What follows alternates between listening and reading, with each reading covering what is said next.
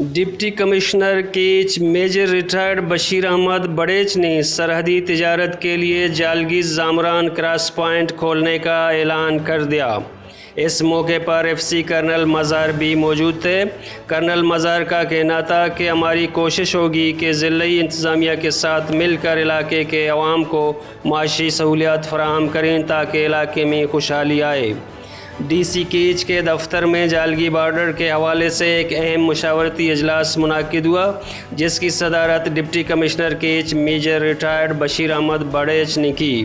اجلاس میں F C colonel Mazhar, Zamran کے معتبرین اور کاروباری شخصیات حافظ ناصر الدین زامرانی، اختر رشید یلانزئی، شیخ نذیر احمد زامرانی، حاجی مراد خان، نور احمد شاہ مرادزئی، مولوی عامر زامرانی، محمد اکرم، عبدالوحید آسکانی، الطاف صالح اور مولا بخش سمیت زامران سے درجنوں عمائدین اور علاقہ معتبرین شریک تھے۔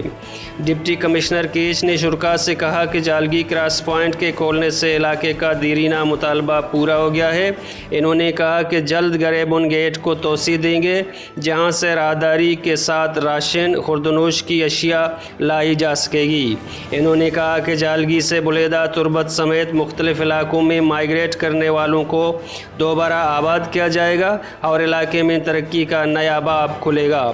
اس موقع پر کرنل مظہر نے عمائدین سے خطاب میں کہا کہ ہم علاقے کے عوام کی سہولیات کے لیے بہترین حکمت عملی اپنا کر عوام کو معاشی فائدہ پہنچانے کی کوشش کر رہے ہیں۔